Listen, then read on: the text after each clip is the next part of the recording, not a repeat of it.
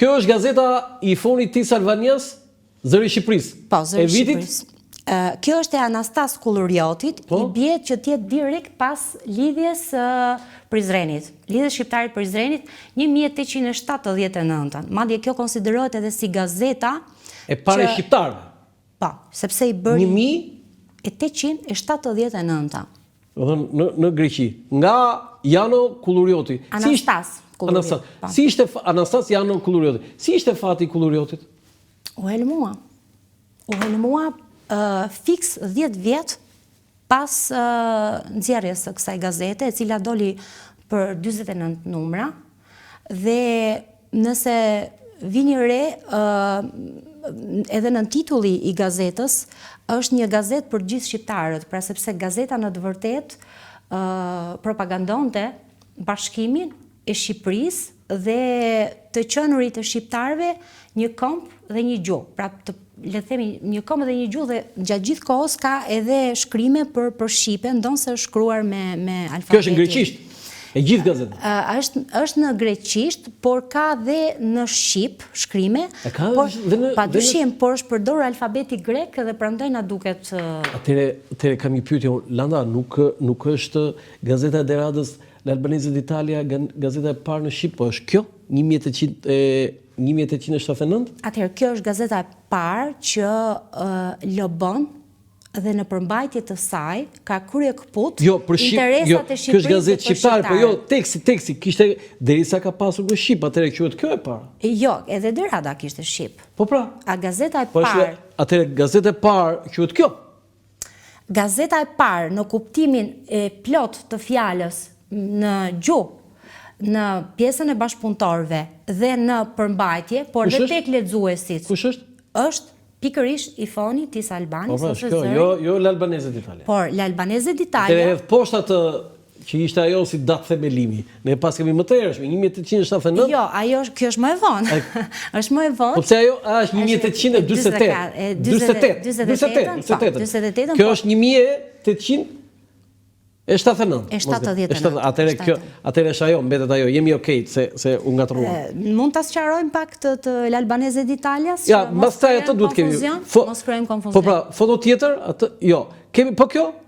Kjo është Dialogoj, është një, le themi një revistë më tepër, një revistë mujore që e cilit vit? Është e Jorgo Marugas, diku nga kjo është e vonë. Është e vonë 1970, sepse ti ke renditur sipas vendit, për shembull, kjo është në Greqi. Kjo është në Greqi, po, janë renditur sipas vendit. Okej, foto tjetër që ti kalojmë shpejt dhe të arrim te L'Albanese d'Italia.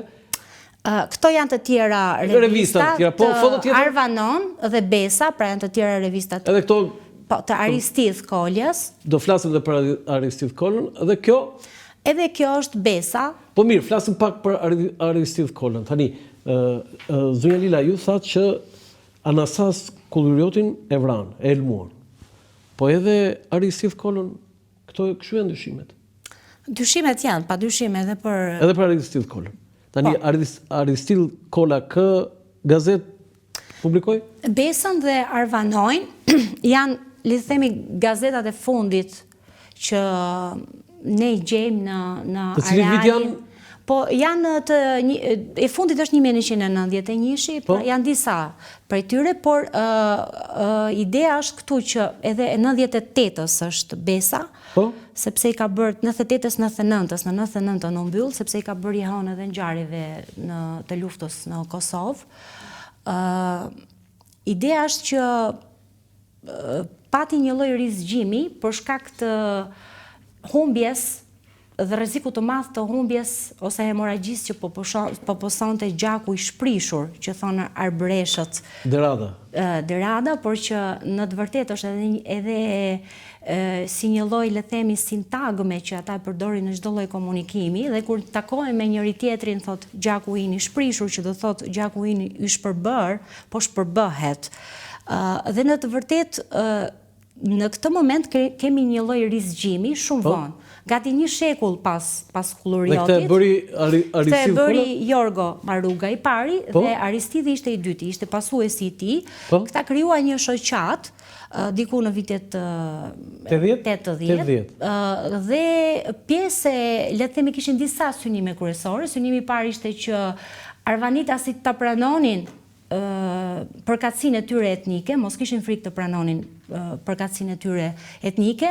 Arvanitasit t'ua transmetonin gjuhën fëmijëve, sepse gjuha po humbiste, dhe ndër të tjera të gjenin edhe mjete për të botuar një gazet apo revistë që të nxirrte në pa këngët popullore arvanitase, por edhe figura të rëndësishme të botës arvanitase, të cilat kanë kontribuar jo vetëm në, le themi, në pavarësinë e Greqisë, por edhe në pozicionet e tjera shumë të rëndësishme të shtetit grek.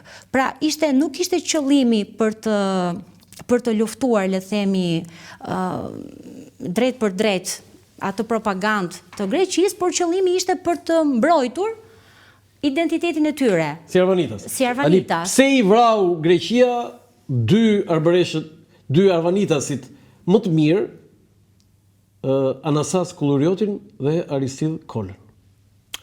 Përgjigjja është e kuptueshme. Ma thuaj, Lana, se ti je kompetente tani, nuk po. Është shumë e kuptueshme. Pse? Nuk ishte në interesin e Greqisë, pra, përhapja e këtyre kumteve përmes shtypit. Dhe një guxim, ky quhet guximi i tepruar në një realitet ku ekziston një censurë e skajshme për sa i përket, le themi, gjallimit të identitetit etnik apo kulturor të një vendi. Edhe sot arvanitesit kanë frikë të tregojnë, pra dhe ata që e dinë që janë arvanitas nuk kanë guximin ose kanë frikë të tregojnë që janë të tillë. Pra është krijuar një lloj stigme deri në atë shkallë sa që e konsiderojnë dhe turp të thonë që janë me origjinë arvanitas. Nuk e them unë, e thonë ata që kanë bërë studime në terren, si Eda Derhemi. Pse nuk e lejon Greqia këtë gjë? Se në kushtetutë atje nuk lejon as pakicat kombëtare.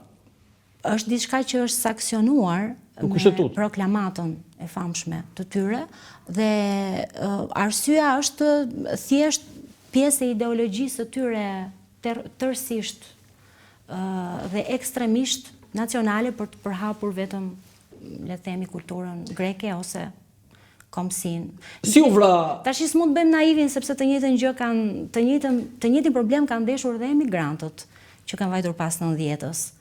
Sa prej tyre i ka ndryshuar deri dhe tek emri që i përket, pra emri që është emri është elementi kryesor i identitetit të njeriut, pra ndryshimi dhe i emrit.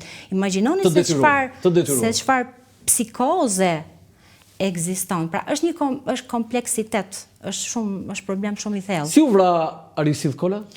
Në të vërtetë unë nuk e kam pasur objekt studimi për të hulumtuar dhe shpesh jam munduar, bashkë me profesor Hamidin, jam munduar të jemi kujdesshëm në tema që nuk kemi informacione ose bazë dokumentare, por që...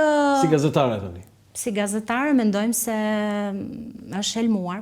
është helmuar dhe të dy helmoj Greqia. Po çfarë qarqesh apo policia sekrete dhe këto pjesa, po themi, e nënveshme? Nuk ka diçka në të shkruar, por mund të jetë edhe një urrëtie e individëve të caktuar, pra mund mos jetë diçka domosdoshmërisht e organizuar, por ka dhe individ që janë ekstremistë që ne i ndeshim në realitetin e sotëm kudo. Janë Kullurioti dhe Kolla, Aristidh Kolla janë dy heronjt e arbëreshve, e arvanitasve, dy heronjt të kombit shqiptar? Padyshim, ndonse jetuan në kohë të ndryshme, secili u përpoqën të gjenden pranë jo thjesht komunitetit në cilin gjendeshin dhe të kontribuojnë për ruajtjen e kulturës arbëreshe ose arvanitase atje, dhe të arkivojnë në gazetat dhe revistat e tyre shumë këngë popullore apo elemente të cilat tjetës të traditave të zakoneve që janë një lëmi shumë e pasur për studiuesit e fushave si pas, le themi, rastit, por edhe për historianët padyshim, por ata kontribuan në mënyrë veçantë edhe për vendin am.